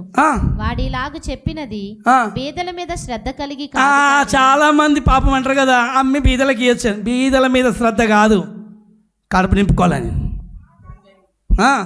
వాడు దొంగయ్యుండి ఏమైనాడంట? దొంగయుండి తన దగ్గర డబ్బు సంచి ఉండినందున అందులో వేయబడినది దొంగిలించుచు వచ్చెను గనుక అది అలాగూ చెప్పి. ఈ దొంగ బుద్ధులకి ఇలాంటి మాటలు వస్తాయి. ఎవరికి వస్తాయి ఈ మాటలు? దేవునికి ఇవ్వనివ్వరు. చెప్పండి, ఏం చేయరు? దేవునికి ఇవ్వాలంటే దొంగ బుద్ధులోనికి ఇవ్వరు. ఇచ్చేదాన్ని కూడా దశభాగమే దొంగలిస్తే దొంగగానే కదా అమ్మ చెప్పాలి. దశభాగం దొంగలించిన వాళ్ళందరూ ఎవరు? అందుకని దేవుడు అవ్వేడతలేడు, నేను దశభాగం చెప్తలేను. కానీ యేసు ప్రభుకు ఈరోజు కొంతమంది అత్తరు బుడ్డిచ్చిండ్రు. ఇంకా తర్వాత ఆమె తల వెంట్రుకలు, ఆ తల వెంట్రుకలు ఎవరికి ఇవ్వరు. అమ్మ ఎవరైనా పెడతారా? అది భర్తకు తప్ప. కానీ ఆయన దృష్టిలో, ఆమె దృష్టిలో ఎట్లయిపోయిందనంటే ఆయనే సర్వస్వం. చెప్పండి ఎవరికి? ఆయనే నా సర్వస్వం అని చెప్పి నా కన్నీళ్ళతో కడగనని పాదముల్, నా కన్నీళ్ళతో కడగనని పాదముల్, నా తల వెంట్రుకలతో తుడువనని పాదముల్, నా తల వెంట్రుకలతో తుడువనని పాదముల్, మీ పాదము మీ పాదము మీ పాదము.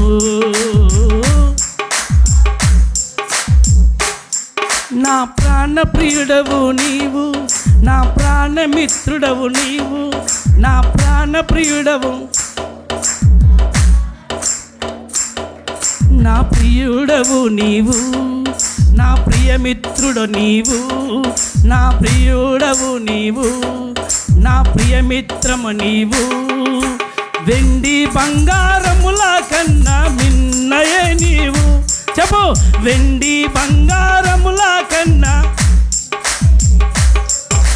పగడము ముత్యాల కన్నా విలువైన వాడవు, పగడము విలువైన వాడవు నీవేనయ్యా నా యేసయ్యా, నీవేనయ్యా నా యేసయ్యా. చెప్పాలి, నీవేనయ్యా నా యేసయ్యా, నీవేనయ్యా.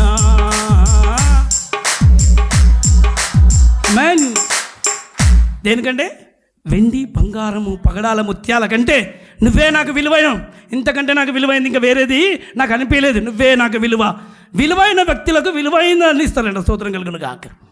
ఆమె తన జీవితాన్ని దేవుని చేతగా ఈమె చేసింది మిక్కిలి విలువైంది. ఇంకొక తల్లి ఉంది, ఇది మీకు బాగా తెలుసు. సుంకరు దగ్గర వెళ్ళి ఆయన భోజనానికి కూర్చున్నప్పుడంట వెనుక నుంచి ఒక తల్లి ఆయన పాదాలు ఇలా వెనుక పెడితే వెనుక కూర్చి నిలబడి కన్నీళ్ళతో ఆయన పాదాలు అడిగేది. ఎంతమంది తెలుసు? గట్టే పాలు చదవండి. లూకాసు వార్తలో కూడా ఉంటుంది, యోహానులో ఉంటుంది. చదువు.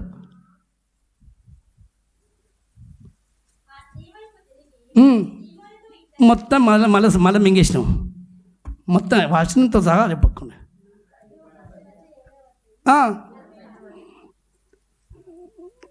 35వ వచనం చదవండి.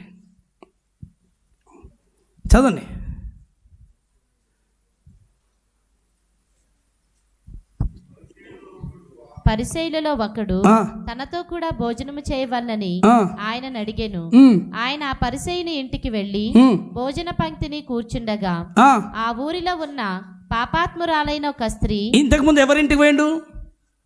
ఫస్ట్ ఎవరింటికి పోయిండు? కుష్ఠరోగి. తర్వాత ఎవరింటికి పోయిండు? లాజర్.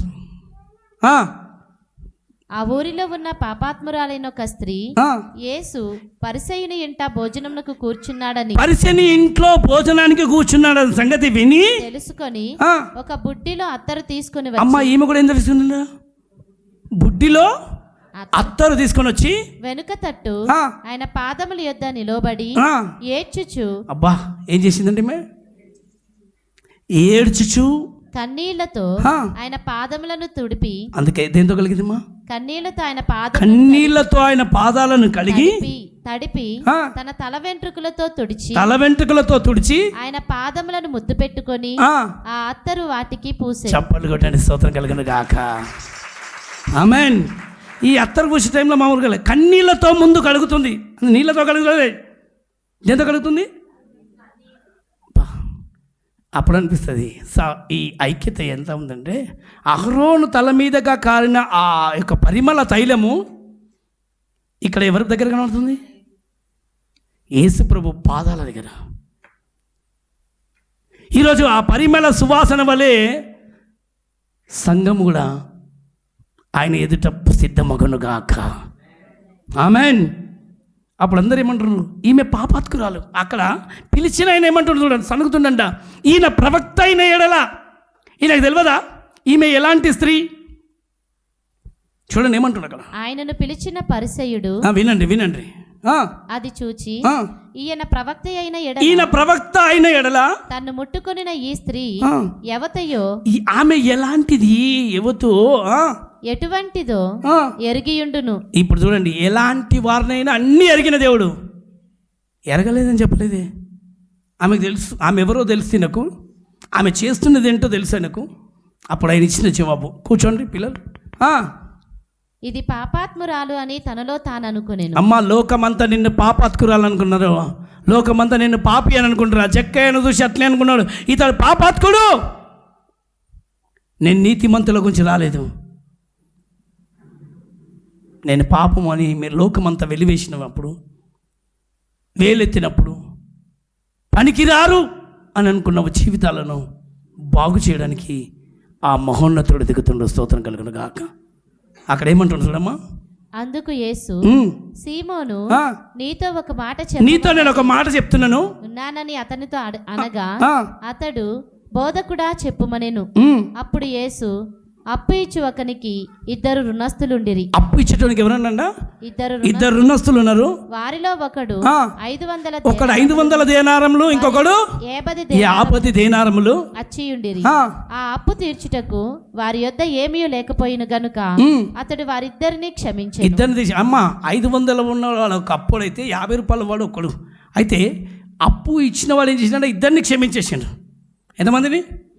ఇప్పుడు మిమ్మల్ని అడుగుతున్నా, అయితే వీళ్ళిద్దరిలో ఎవరు ఎక్కువ క్షమించబడ్డారు? 500 50 రూపాయలడా? కట్టేపాలే. ఇద్దరిని ఏం చేసిండు? క్షమించేసిండు. అలాగనే సేమ్ టు సేమ్ యేసు ప్రభువు మంచి ప్రశ్న వేసి చూపించిండు. ఆ అప్పు తీర్చుటకు వారి యొద్ద ఏమీ లేకపోయిన గనుక అతడు వారిద్దరిని క్షమించెను. కాబట్టి వీరిలో ఎవడు అతని ఎక్కువగా ప్రేమించునో చెప్పుమని అడిగెను. అందుకు సీమోను, అతడు ఎవనికి ఎక్కువ క్షమించెనో వాడే అని నాకు తోచుచున్నదని చెప్పగా, ఆయన, నువ్వు సరిగ్గానే ఆలోచన చేస్తున్నావు అతనితో చెప్పి. ఇప్పుడు చెప్పండి, అదే మాట, సరిగ్గానే ఆలోచన చేస్తున్నావు. ఈరోజు మనతో చెప్పండి, ఆ మాట మనతో అంటుండొచ్చు. నువ్వు సరిగ్గానే అనుకుంటున్నావు మాట. ఆ స్త్రీ వైపు తిరిగి సీమోనుతో ఇట్లా, నేను ఈ స్త్రీను చూచుచున్నావే, నేను నీ ఇంటిలోనికి రాగా, నేను ఇంట్లోకి వస్తే నీవు నా పాదములకు నీళ్లు ఇయ్యలేదు, కడుక్కోవడానికి నీళ్ళు ఇయ్యరు. కొంతమంది పిసినారు వాళ్ళు. ఇస్తారా? ఆమె అంతా పాతకాలం, ఇప్పుడు ఎందుకు ఇస్తాం? పోంగనే నీళ్ళు ఇచ్చేది లేదు. టీవీలో రెండు నీళ్ళు ఇచ్చే గుణాలు లేవు. ఇప్పుడు రాగానే ఇంటికి రాగానే ఒక వ్యక్తి గ్లాస్ నీళ్ళు ఇవ్వాలి, పట్టాడు గ్లాస్, అది మర్యాద. మరి వాళ్ళు తాగుతారా, కడుక్కుంటారా తర్వాత మాట. గ్లాస్ నీళ్ళు కాదు. మా ఇల్లు బాగుందా, మా ఊరు బాగుందా, నీళ్ళు ఇచ్చే గుణం బాగాలేదు. నీకు నీళ్ళు ఇచ్చే గుణమే లేదు, నీకేం బాగుంటాయని. స్తోత్రం కలుగును గాక. అసలు రాగానే సమస్యలు స్టార్ట్. కొంతమంది చెప్తారు కదా, మీరు కాదు, మీరు చాలా మంచిగా చప్పట్లు కొట్టండి, మీరు అది కాదు, మీరు కాదు కదా, మీరు ఇస్తారు, ఇయ్యరా మీరు ఇస్తారు, అందుకని మీరు కాదు. కొంతమంది ఉంటారు నీళ్ళు ఇయ్యరు. ఇప్పుడు ఫ్యాషన్ అయిపోయింది. దేనికి ఫ్యాషన్ అయిపోయింది. అవన్నీ మర్యాదలు ఇవ్వాలి మాకు తెలియదు. ఇప్పుడు ఒకటే తెలుసు మాకు, రావాలి, కూర్చోవాలి, తినాలి, పండ్రి, తినాలి లేకపోలేదు, లేకపోతే పండ్రి, ప్రాణం చేయండి, పండ్రి గట్టిగా ప్రాణం చేయండి. అది కూడా ప్రాణం చేయరు. మా ఇష్టం వచ్చిన చేయాలి, మీ ఇష్టం వచ్చిన టైం రావాలి, మా ఇష్టం వచ్చిన పోవాలి. ఐక్యత లేదు. చూడండి, అక్కడ నేను నీ ఇంటికి వచ్చినా నువ్వు నాకు కడుక్కోవడానికి నీళ్ళు ఇవ్వలేదు. కానీ ఈమె తన కన్నీళ్లతో, అమ్మ వినండి, ఈమె తన కన్నీళ్లతో నా పాదములను తడిపి, యేసుప్రభు పాదాలను తడుపుతుంది, తన తల వెంట్రుకలతో తుడిచెను. నీవు నన్ను ముద్దు పెట్టుకొనలేదు, నువ్వు నన్ను ఒక ముద్దు పెట్టలేదు. కానీ సీమోను, నేను లోపలికి వచ్చినప్పటి నుండి ఈమె నా పాదములు ముద్దు పెట్టుకొనుట మానలేదు. ఈమె నా పాదాలు ముద్దు పెట్టుకోవడం మానలేదు కాబట్టి నీవు నూనెతో నా తల అంటలేదు. కానీ అమ్మ దేంతోటి? నూనెతో. నీ తల నేనెందుకు అంటాలి అని మీరు అనుకుంటారు కదా. కానీ అత్తరుపుట్టు ఎవరు పోసిండ్రు? దావీదు ఈ మాట చెప్పిండు, నా తల నూనెతో నువ్వు అంటిన్నావు అని. ఇక్కడ యేసుప్రభు తల అంటిండ్రా లేదా? పోసిండ్రు. ఈమె నా పాదములకు అత్తరు పూసెను. ఆమె విస్తారముగా ప్రేమించెను గనుక ఆమె యొక్క విస్తార పాపములు క్షమించబడినవి. కొట్టండి, స్తోత్రం కలుగును గాక. నీ ప్రేమ దేవుని ఎదుట ముద్దుగా. ఒకడు దేవునికి ఏదన్నా నువ్వు విలువైన దాన్ని చేస్తున్నావు అంటే అది ప్రేమ ఉన్న వాళ్ళు మాత్రమే చేస్తారు. చెప్పండి, ఏం చేస్తారు? ప్రేమ లేని వాళ్ళు చేయలేరు, అడిగినా చేయరు. ప్రేమ ఉన్నవాడు మాత్రం విలువైన దాన్ని చేస్తారు. పక్కలో చెప్పండి, ఏం చేస్తారు? ఇప్పుడు చెప్పండి, ఎంతమంది మరి ప్రేమిస్తారో? ప్రేమిస్తే ఏం జరుగుతుంది? అమ్మా, ప్రేమిస్తే ఏం జరుగుతుంది అంటే, నువ్వు ఇచ్చింది కొంచెమే. ఒక వ్యక్తి చెప్పాలా, ప్రేమించింది, ఆమె పాపములు క్షమించబడ్డాయి. ఎప్పుడో ఎక్కడో ఏ విషయంలో పాపం జరుగుతుందేమో, అయితే తెలియకుండానే ఏం జరుగుతుంది? అమ్మా, ఏం జరుగుతుందమ్మా? ఆ సంగతి ఆమె కూడా తెలియదు. తెలుసా, ఆయన ఎవరికో చెప్తున్నాడు. ఆమె చేసిన దానికి, ఆమె పాపాత్కురాలేని లోకమంతా నింద వేస్తుంది. ఈరోజు నిన్ను చూసి ఎంతమంది నిందలు వేస్తున్నారు? నీ మీద పడ్డ నింద, నీ మీద పడుతున్న అవమానం బట్టి ఎంతమంది నిన్ను గేలి చేస్తుండ్రు, ఎంతమంది నిన్ను ఏసాలు చేస్తుండ్రు.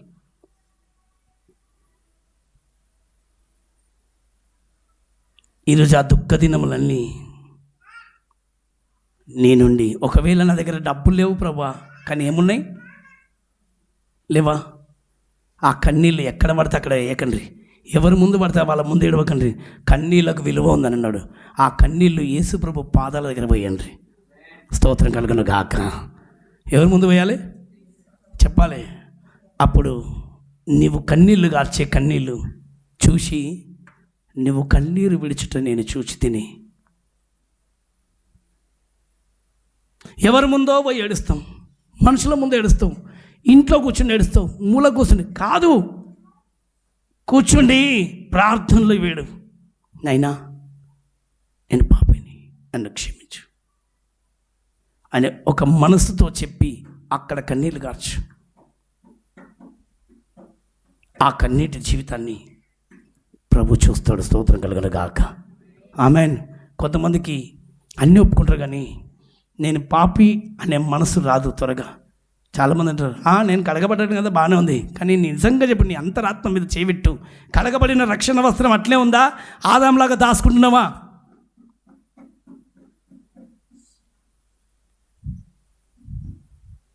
దాపరిక బుద్ధే పోలేదు. ఎలాగా? ఇంకా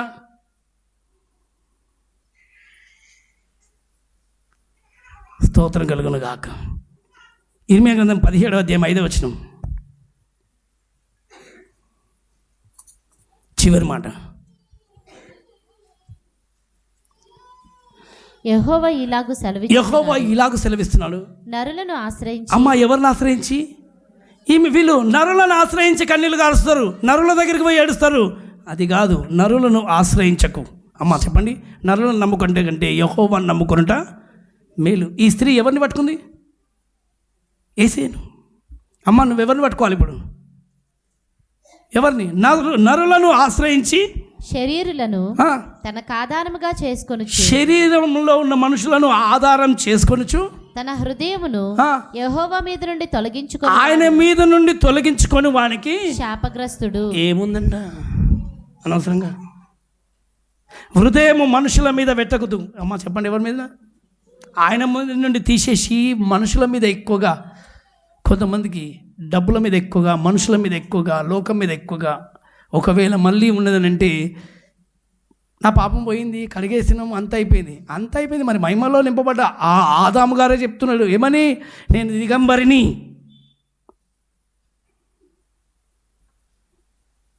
తోటలోనే ఉన్నాడు, అయినా దిగంబరిని అంటుండు. మహిమ వస్త్రాన్ని తీసేసిండు, దిగంబరి అని చెప్పిండు. ఒకవేళ రక్షణ వస్త్రం వెళ్ళిపోతే మనుషులు కూడా దిగంబరులే. మాటలో, చూపులో ఇంకా ప్రభుతో దాపుకోసుకొని ఉండొద్దు. ఆయనతో ఐక్యంగా కలిసి నీ కన్నీళ్ళు, నీ దుఃఖము, నీ బాధ, నీ వేదన ప్రభు పాదాల దగ్గర పెట్టుకో, కూర్చో. ఆయన ఉన్నాడు కదా, ఇంకా ఆయన ఆత్మ ఇంకా మన మధ్యలో ఉంది. నీ దుఃఖము, నీ భారము ఎవరి మీదనో మనుషులను పెట్టి, దేవా మనుషులు ఏం చేస్తలేదని చెప్పి మనుషుల మీద ఆలోచనలు పెట్టకు. దేవుడు నీకు సమస్తం చేయబోతాడు. ఆమేన్. ఎవరు చేస్తారు నీకు? దేవుడే చేస్తాడు. అన్ని ఇచ్చేది దేవుడే. అందుకే ఎవరి మీద నువ్వు ఆధారపడాలి? దేవుని పాదాల దగ్గర కూర్చోండి, కన్నీళ్లు గార్చి ప్రార్థన చేయి. వ్యాధి ఉందా? కన్నీళ్లు గార్చి ప్రార్థన చేయి. హిజ్కియా కన్నీళ్లు తుడిచేసి, అతడు కన్నీళ్లు కార్చుట నేను చూచి తినని చెప్పి హిజ్కియాను దేవుడు 5 నిమిషాలు కొంతసేపట్లే ఆయనను బాగు చేసిండు. స్తోత్రం కలుగును గాక. ఒకవేళ నీ జీవితం బాగులేని స్థితిలో ఉంటే కూడా నీ కన్నీళ్లను చూసి ఆయన మౌనంగా ఉండడు. నువ్వు విస్తారంగా ప్రేమిస్తే ఆయన పాదాలు పట్టుకునేడు బిడ్డ. ఇంకా మళ్ళీ ఎవరి ముందు ఏడ్చే స్థితి నీకు రాదు. స్తోత్రం కలుగును గాక. నువ్వు యేసు ప్రభు ముందు కనుక నిలబడి నువ్వు ప్రార్థన చేసి ఏడ్చుకుంటూ కూర్చున్నావు అనుకో, ఎవరి ముందు ఏడ్చే స్థితి నీకు రాదు. ఎవరి ముందు తలదించుకునే స్థితి నీకు ఇవ్వడు. ఆమెను ఎవరేమన్నా అంటే కూడా ఊరుకోడు. అమ్మా ఆమె పాపి అని అంటే, నేను నీ ఇంటికి వచ్చిన, ఆమె కన్నీళ్ళు కార్చింది నా దగ్గర, ఆమె తల చూసి వంచింది నా ముందు, వేదన పడ్డది నా ముందు. నేను పై రూపాలు చూసేవాడిని కాదు, హృదయాన్ని చూసేవాడిని. ఈరోజు నీ గుండెల్లో ఉన్న బాధ, మనసులో ఉన్న వేదన ఎవరికి చెప్తున్నా అర్థం చేసుకోరు. ఆయన ఒక్కనికి అర్థమవుతుంది, ఇంకెవ్వరికి అర్థం కాదు. చెప్తే నవ్వులాటకు తప్ప ఎగతాళి చేస్తారు, నవ్వుతారు, గేలి చేస్తారు. అమ్మా నీ గుండెలో ఉన్న బాధ చెప్తే కూడా ఎవరికి అర్థము కాదు, పట్టించుకోరు ఎవరైనా అంతే. అందుకే నేను ఎవరిని ఆధార చేసుకోకు. నేను అప్పుడప్పుడు అంటాను, కొన్నిసార్లు చాలా మటుకు సేవకుల మీద కూడా ఎక్కువ ఆధారపడుతుంటే, అమ్మ సేవకుల మీద కూడా ఎక్కువ ఆధారపడకు, దేవుని మీద ఆధారపడు. అది నేనైనా సరే ఎవరైనా సరే దేవుని మీద ఆధారపడు. మనుషులు ఈరోజు ఉంటారు, రేపు వెళ్ళిపోతారు. మనుషుల మీద అందుకే ఆధారపడదు, శాపం లేనిపోయింది వచ్చేస్తాయి. అందుకని ఎవరి మీద ఆధారపడాలి చెప్పాలి గట్టిగా? ఎవరి మీద? దేవుని మీద నువ్వు ఆధారపడు, దేవుని పాదాలు పట్టుకో. నిశ్చయంగా నీకు ఒక పరిష్కారం దొరకబోతుంది, ఒక దారి దొరకబోతుంది. సరైన మార్గం, సరైన దారి ఆయనను చూపించబోతాడు నీకు. ఆమె జోలికి ఎవరు వెళ్ళొద్దు, ఆమెను ఎవరు ముట్టుకోవద్దు, ఆమెను ఎవరు ఏమనొద్దు, ఆమెను ఎవరు తొందర పెట్టొద్దు, ఆయనను ఎవరు ముట్టుకోవద్దు అని జక్కయ్యతో దేవుడు చెప్పినట్టుగా దేవుడు నీ పక్షంలో యుద్ధం చేయబోతాడు. ఆమేన్. అందరం లేచి నిలబడదాం. ప్రభు సన్నిధిలో నువ్వు చేసే ప్రార్థన వ్యర్థం కాదు, నువ్వు కార్చే కన్నీళ్ళు వ్యర్థం కాదు. ఇంకా మనం అంటాం కదా, ఈరోజు ఎవరి ముందో నువ్వు కన్నీళ్ళు కారుస్తుంటే వాళ్ళు చూసి నిన్ను ఎగతాళి చేస్తుంటారు. పలుకాకి లోకం నిందించినా, ఏకాకివై నీవు. కళ్ళు మూసుకొని చేతులెత్తి, పలుకాకి లోకం నిందించినా, ఏకాకివై నీవు. పలుకాకి లోకం చేతులెత్తి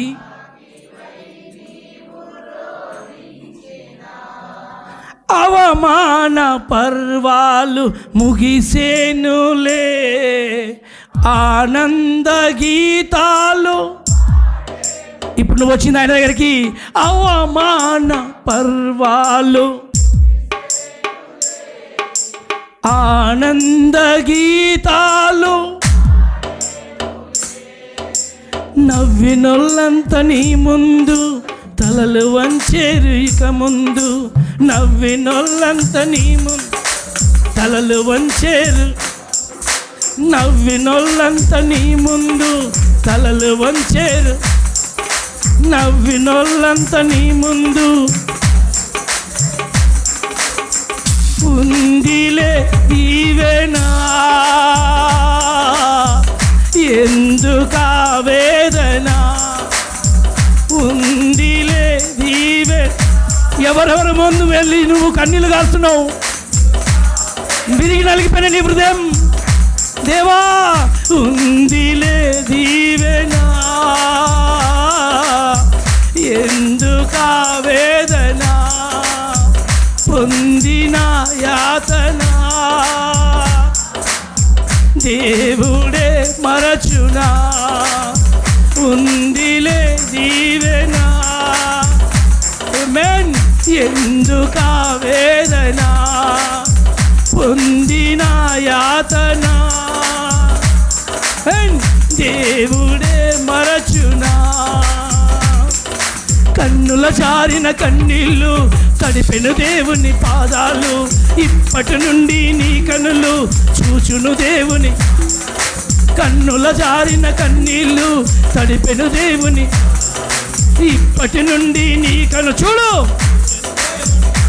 ఆమేన్. కన్నుల జారిన కన్నీళ్ళు తడిపెను దేవుని పాదాలు, ఇప్పటి నుండి నీ కనులు తడిపెను దేవుని పాదాలు. ఉందిలే దీవెనా, ఎందుకా వేదన ఉంది, ఎందుకా వేదన ఉందిలే దీవెన. నీ కన్నీళ్ళు ప్రభు చూస్తున్నాడు.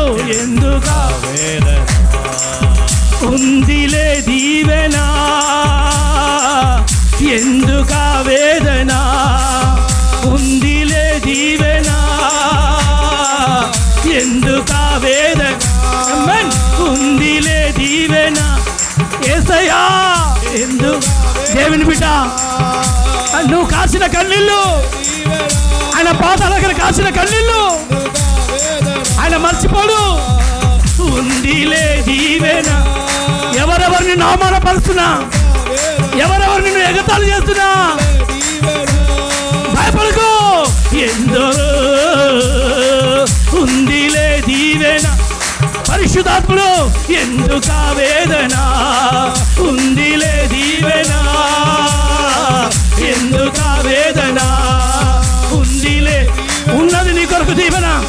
యేసయ్య ఆశీర్వాదం నీ తల మీకు దిగబోతుంది. ఎందుకా వేదన ఉందిలే దీవెన, ఎందుకా వేదన. పలుకాకి లోకం నిందించి, మనుషులకు అర్థం కాదు, ఏకాకి వై నీవు పలుకాకి లోకం ఏకాకి వై నీవు అవమాన పర్వాలు ఆనంద గీతాలు నవ్వినొల్లంత నా ముందు ఏసే ఉన్నాడు. నవ్వినొల్లంత నీ ముందు ఉందిలే దీవెనా, ఎందుకా వేదన కార్చిన కన్నీళ్ళు దేవుడే కార్చిన కన్నీళ్ళు దేవుడే